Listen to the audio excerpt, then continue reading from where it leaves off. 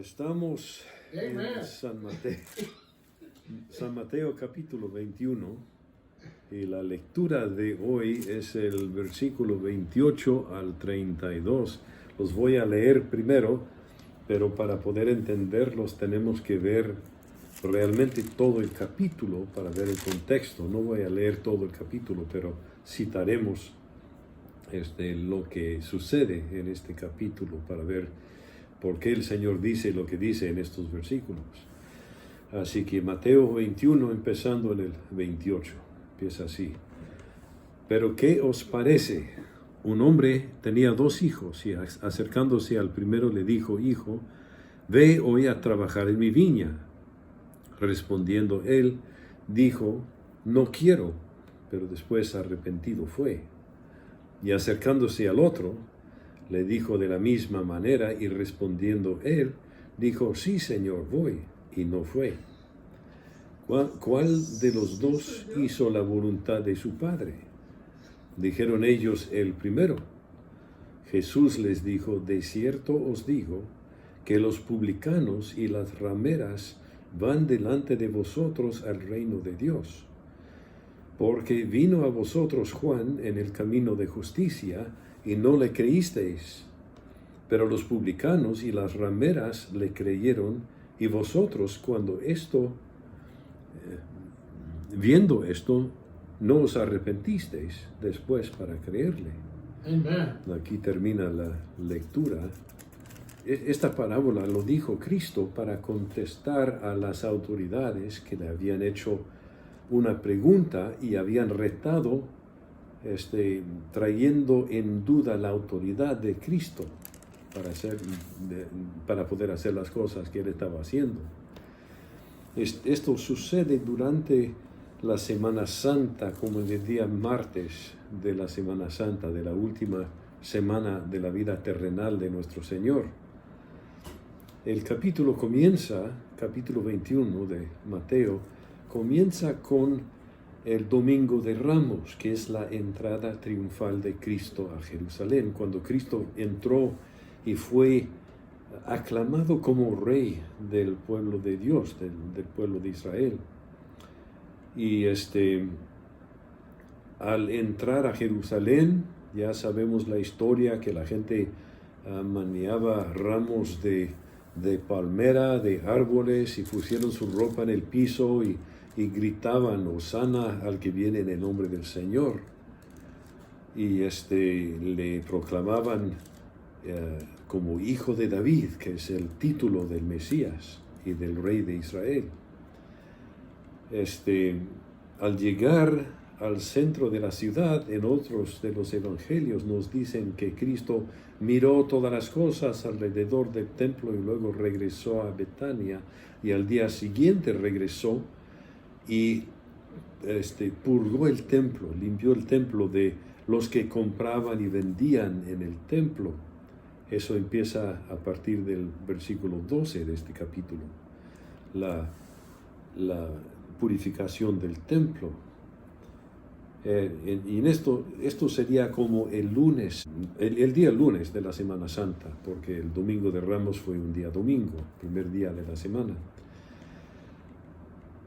Ahora, resulta, en el templo en Jerusalén había el templo principal, el edificio, la nave, donde entraban solamente los sacerdotes. La gente del vulgo no entraban adentro del templo, del edificio, solamente los sacerdotes. El lugar santísimo dentro del templo, que corresponde más o menos a donde está el altar en las iglesias litúrgicas en el día de hoy, a esa parte entraba solamente el sumo sacerdote, y eso solamente una vez al año, llevando la sangre del toro que se había sacrificado en el día de la purificación, en el Yom Kippur. Amen. Y en ese día, el sumo sacerdote entraba y presentaba la sangre de la ofrenda para purgar el pecado del pueblo del año pasado. Y era símbolo del único sacrificio que realmente limpia el pecado, que es el sacrificio de nuestro Señor, de su misma sangre. Amen. Pero en ese día,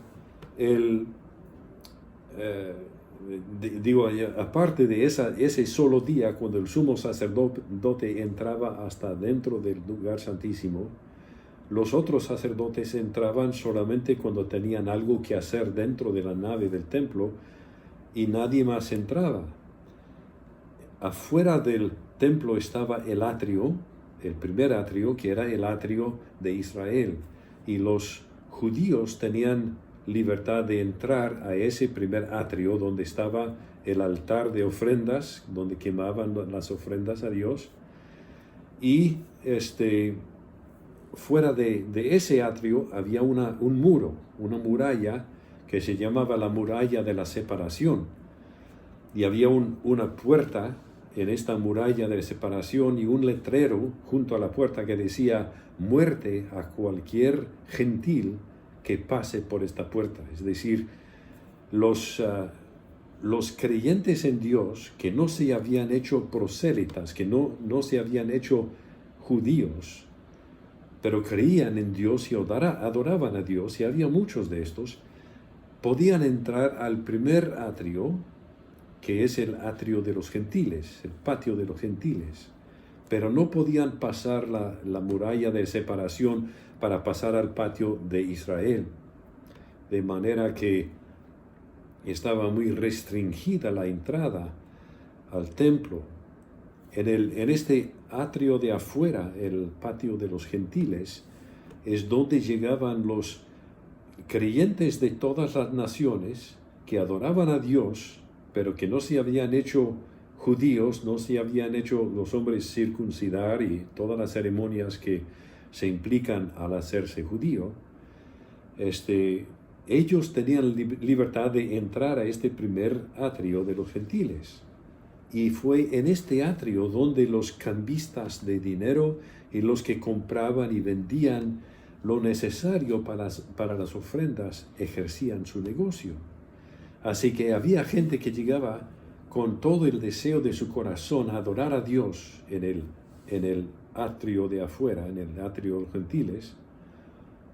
Y mientras ellos estaban intentando adorar a Dios y hacer sus oraciones y escuchar la palabra de Dios, había todo un mercado en su derredor. La gente que gritaba que compra aquí, no compres allá, y así. Y a la misma vez, los que llevaban los negocios ahí eran vivos, eran muy especiales, hacían cada tranza. Decían, por ejemplo, la gente llegaba con dinero del Imperio Romano o algo así, dinero extranjero, a hacer una ofrenda a Dios. Y llegando al templo les decían: mira, no puedes hacer una ofrenda a Dios con ese dinero pagano. Tienes que usar el mero dinero del templo, pero nosotros te lo cambiamos, no te preocupes. Así que ¿cuánto traes? Y se lo traían y decían: bueno, pues el tipo de cambio es tanto, y hacían negocio. Y muchas veces era un negocio chueco porque estaban cambiando el valor de las monedas para hacer más ganancia para su negocio. También la gente llegaba con un cabrito, con una oveja para el sacrificio, y la gente decía: mira, pues vamos a hacer una inspección, porque no puedes traer una ofrenda que tiene defecto a Dios. Entonces inspeccionaban al animal que había traído la persona y mira, pues este animal tiene una manchita aquí en la piel, no sirve, no se puede usar para ofrenda de Dios. Pero fíjate, nosotros te lo cambiamos por uno bueno. Entonces la gente dice: pues está bien, te lo cambiamos, y bueno, pues fíjate que tenemos que hacer una ganancia también, porque de esto vivimos. Y se lo vendían a un precio menor, así que había que cambiar el animal que habían traído y pagar más dinero para poder hacer la ofrenda. Y luego la gente pues ida para hacer su ofrenda, los negociantes cambiaban el animal que acaban de decir que no servía y se lo vendían a otra persona para su ofrenda, y haciendo la misma tranza, el mismo negocio. Así que todo esto estaba sucediendo dentro del atrio de los gentiles. en los Salmos Dios había dicho, mi casa será casa de oración para todos los pueblos. Y Cristo, cuando echó fuera a los negociantes dentro del templo, citaba este versículo y decía, escrito está, del Salmo, de Isaías 56, escrito está, mi casa, casa de oración será llamada, mas vosotros la habéis hecho cueva de ladrones. Y los echaba fuera, estaba enojado Cristo, porque habían convertido el deseo de la gente de llegar sinceramente y adorar a Dios en un negocio. Y eso no le agradaba a Dios. Cristo llegaba como dueño del templo, porque Él es Dios. Y siendo Dios, Él llega y dice, en mi casa no deben hacer esto, y los echaba fuera. Y luego, estando en el templo, sanaba a ciegos y cojos, nos dice en el versículo 14 del capítulo 21, y los principales sacerdotes y los escribas que tenían cargo del templo, ellos eran los que mandaban aquí en el templo, vieron las maravillas que hacía Cristo y no podían decir nada porque pues toda la gente reconocía que Cristo era Dios, o que más bien que era un profeta de Dios al menos. Algunos sí entendían de quién se trataba, quizá. Igual la gente gritaba, Hosana al Hijo de David, mientras él hacía estos milagros. Así que le reconocían como el Hijo de Dios y el Mesías.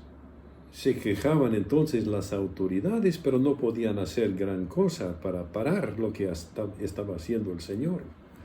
Entonces Cristo regresa a Betania, se queda la noche ahí, y nos cuenta la Biblia que al pasar por la mañana hacia Jerusalén, vieron una higuera al lado del camino, y Cristo tenía hambre, así que se dirige a la higuera buscando fruto, y no había nada en el árbol, y Cristo se disgustó y dijo, y echó una maldición a la higuera, dijo, nunca jamás nazca de ti fruto, y luego se fue.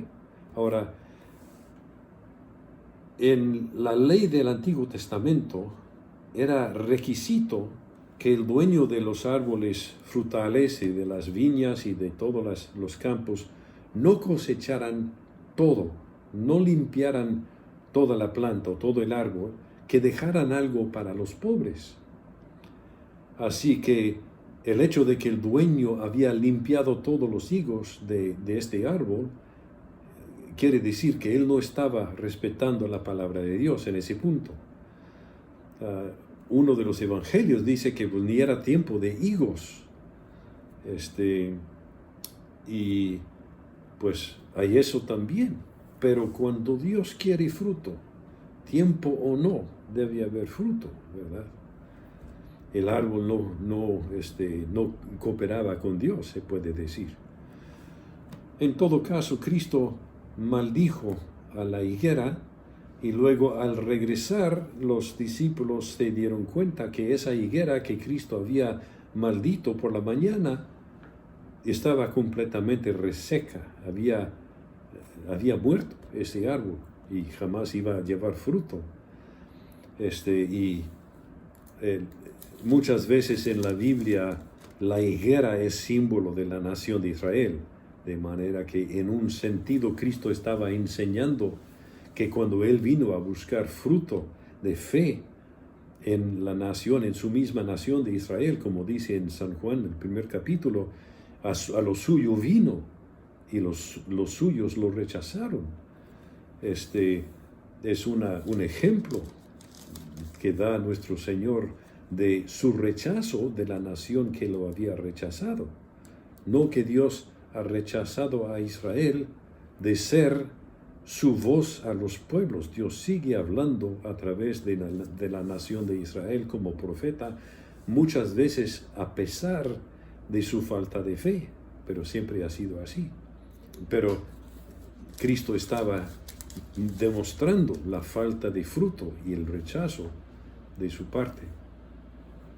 Sigue la historia y Cristo llega, parece que es el martes de la Semana Santa, en el versículo 23. Llega al templo y los principales sacerdotes y los ancianos del pueblo se acercan a él en el versículo 23 mientras está enseñando y le hacen la pregunta: ¿con qué autoridad haces estas cosas? ¿Y quién te dio esta autoridad?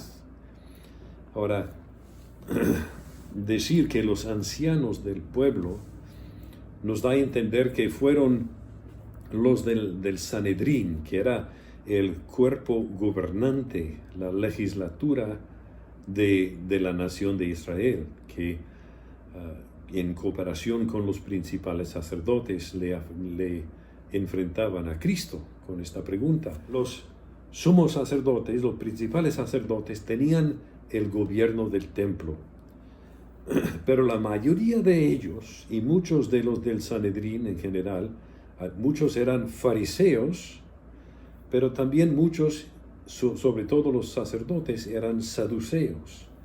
Y los saduceos no creían en un alma eterna, no creían, ellos decían que cuando el hombre se muere, pues se desaparece como la vela de una como la llamita de una vela cuando se sopla. Se acaba con la muerte, ya, no hay más. No creían en una resurrección, no creían en la existencia de ángeles, ni de espíritus, de demonios, de nada de eso. No creían que Dios interviniera en la vida de los seres humanos. Ellos consideraban la Biblia como la historia de la nación de Israel, pero no creían que las profecías se fueran a cumplir. Hay teólogos en el día de hoy que tienen esta misma actitud. Hasta yo he visto que algunos de ellos citan a los saduceos y dicen, bueno, pues la palabra alma en el Antiguo Testamento significa aliento de vida, no implica que haya un alma. Pero están usando la teología de los saduceos, no de la Biblia, para dar su definición. Bueno, sigue la cosa. Cristo, salen a enfrentar a Cristo, le hacen esta pregunta. Tuvieron ya 24 horas para poner sus argumentos en orden y llegan con esta pregunta que piensan que Cristo no va a poder contestar. Porque si Él dice, yo tengo la autoridad de purgar el tiempo porque pues yo soy el Hijo de Dios y mi Padre Dios me dio esta autoridad, cosa que Cristo había dicho muchas veces, ellos entonces le iban a acusar, uno de estar loco y dos de estar levantando una revolución en contra del gobierno romano, de manera que sabían que de una u otra manera le iban a atrapar con sus palabras. O si él dijera, pues lo hago porque yo soy yo, entonces van a decir, no, pues tú quién eres, no tienes por qué andar mandando aquí, nosotros aquí mandamos en el templo. Y en todo caso pensaban que iban a traer a cabo el ministerio del Señor. Ahora fíjense y recuerden que esto era la Semana Santa, de manera que ahora es martes de la Semana Santa, el jueves noche Judas le va a entregar y el viernes lo van a crucificar de todos modos, así que estamos horas, apenas 3 días antes del arresto y la crucifixión de nuestro Señor. Pero salen con esta pregunta y Cristo les contesta de una manera con sabiduría, parece casi evasiva, pero Cristo sabe lo que están haciendo y cuál es su plan. Y Él sabe lo que viene, de manera que Él les hace una pregunta para exponer la hipocresía de ellos. Y les dice, yo también os haré una pregunta, esto es el versículo 24. yo también os haré una pregunta, y si me la contestáis, también yo os diré con qué autoridad hago estas cosas. El bautismo de Juan, ¿de dónde era? ¿Del cielo o de los hombres? Es decir, Juan Bautista vino predicando a la gente que se arrepintiera de sus pecados para preparar el camino para la llegada del Salvador prometido, o sea, de Cristo mismo.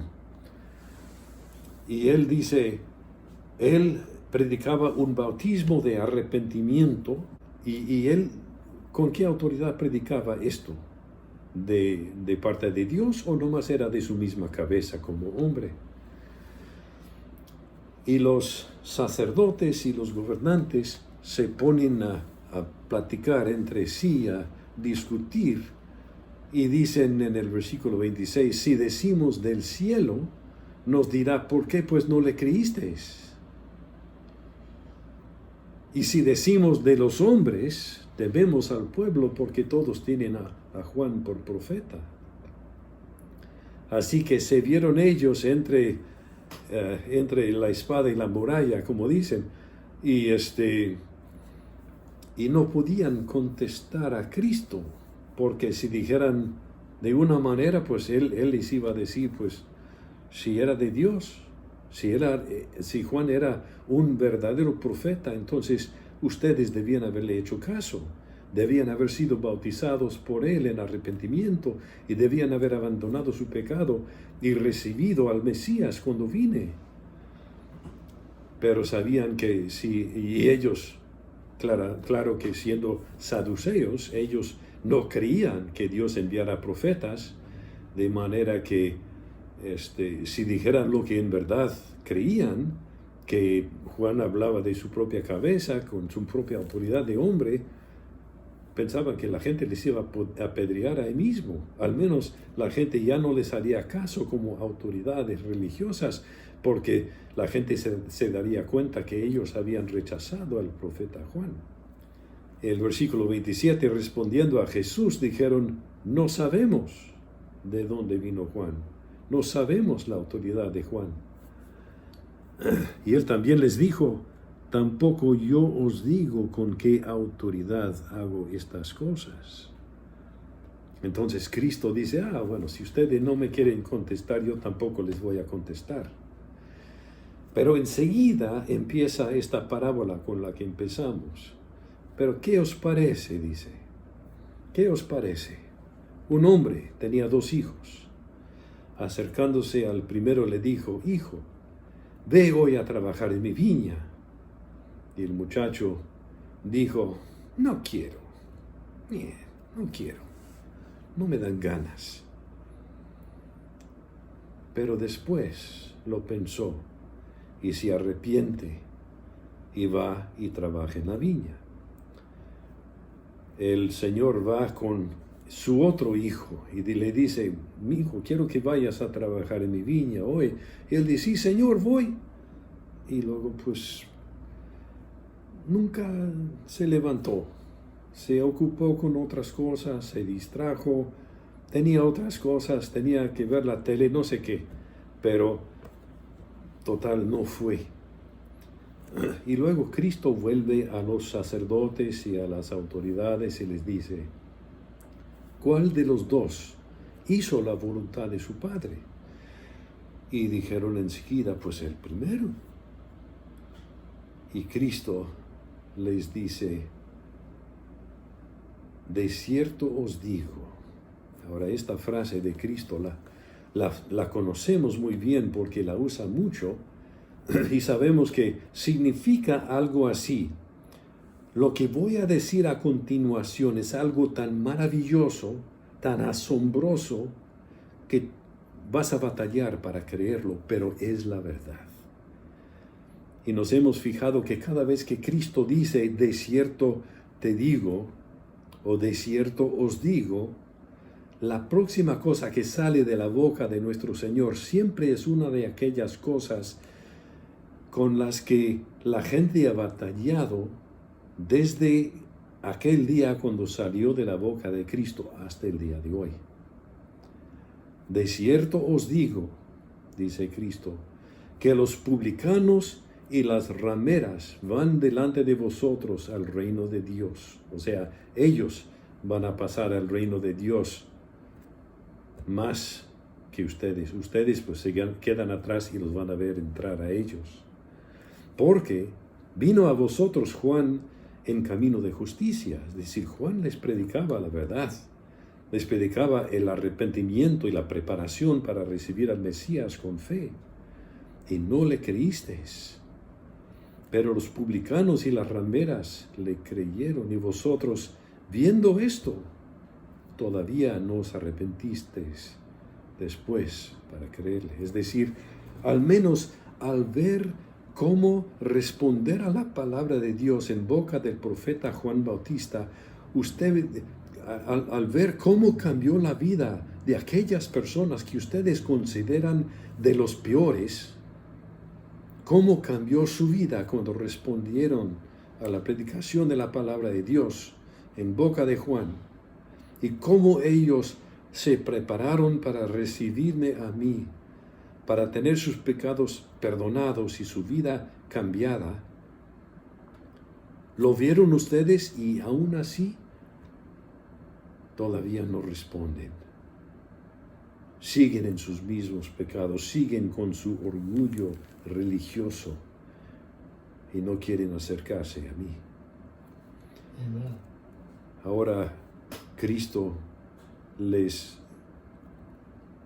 cita a los publicanos y las prostitutas porque para estas personas religiosas, las personas respetables, las personas respetuosas de la nación de Israel, los publicanos eran económicamente prostitutas, eran de lo peor, eran judíos que se habían vendido por dinero a recoger los impuestos de parte del gobierno romano, que era odiado por los judíos porque eran invasores y dominaban sobre la nación de los judíos en aquel tiempo.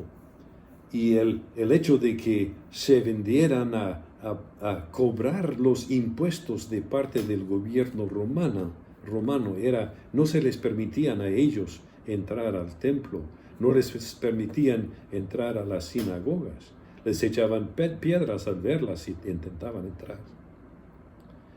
Y las prostitutas, pues no se diga, eran iguales, pero se vendían a su mismo cuerpo, pues por dinero. Y Cristo señala a estos dos grupos tan despreciados por la gente religiosa y les dice: ustedes son peores todavía, porque ellos al menos reconocieron su pecado y vinieron arrepentidos para recibir mi perdón, y ustedes ni se preocupan en hacer eso. Ahora, ¿qué es lo que Cristo nos está diciendo a nosotros aquí? Es una cosa oír la palabra de Dios. Es una cosa ser religiosa. Otra cosa es vivir como Dios nos llama a vivir. No es casualidad que Cristo menciona la viña, que el padre de familia tenía una viña en lugar de algún otro tipo de agricultura. La viticultura es un área muy especial de la agricultura. Las viñas requieren de un cuidado muy especial.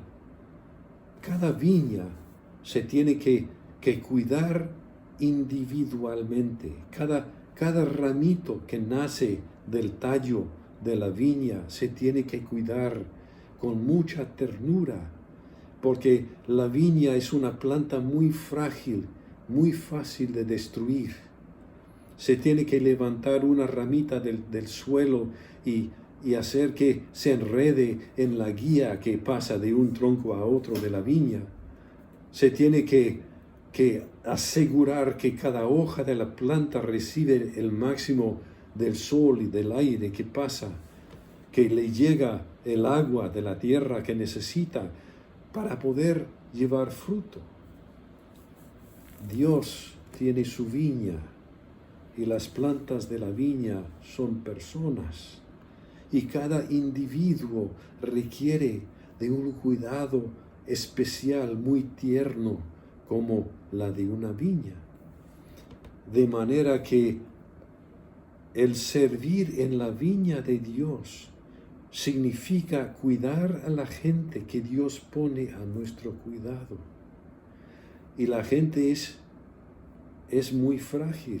La gente necesita un cuidado muy particular, muy especial, muy individual. O si no, se quiebra, se destruye su fe, se lastima fácilmente. De manera que trabajar en la viña de Dios es a veces difícil, requiere mucho tiempo, requiere mucha paciencia. Empiezas a ayudar a una persona con un problema que tiene y luego te das cuenta que no tiene un solo problema, sino que tiene 5, 6, 10 problemas y te enredas con todo eso. Y no es fácil, no es fácil, requiere mucha sabiduría saber exactamente qué hacer, qué es lo que la persona necesita de parte de Dios. Y el propósito de todo es ver al fin nacer el fruto del Espíritu Santo en la vida de cada persona. Lo que Dios llama el fruto del Espíritu: amor, gozo, paz, paciencia, benignidad, bondad, fe, mansedumbre. Todo esto que nace de la presencia del Espíritu de Dios, que trae vida, como el ramito trae vida del tronco de la vid, dice Cristo: yo soy la vid y vosotros los pámpanos. El trabajo de la viña de Dios no es fácil, pero a esto Dios nos llama, a esto Dios nos llama. Así que no es por error que Cristo cita al dueño de la viña como padre de familia, que llama a sus hijos y les invita a trabajar en su viña. Y pues claro, hay actitudes de nuestra parte. A veces nosotros, de los dientes para afuera, como decía una amiga en Aguascalientes, que queremos servir a Dios y decimos: sí, Señor, voy. Pero ya a la hora de ir, pues como que no hacemos nada, porque no nos queremos enredar con la gente. Y hay veces cuando decimos: no, yo no quiero, eso no me parece, no me apetece. Y después, como el Espíritu de Dios obra en nuestro corazón y nos arrepentimos y recordamos que nuestro papá nos invitaba a que fuéramos a trabajar en su viña, y vamos y hacemos la voluntad de nuestro Padre, porque su Espíritu también está obrando en nuestro corazón, produciendo el fruto del Espíritu en nuestra vida: el amor y gozo y paz y fe y paciencia. Señor, te damos gracias por esta pequeña parábola. Te rogamos, Señor, que ahora, al ver tu palabra, tú escribas tus palabras en nuestro corazón, que tu palabra eche raíces en nuestro ser y produzca fruto en nuestra vida. En el nombre de Cristo nuestro Señor. Amén. Amén.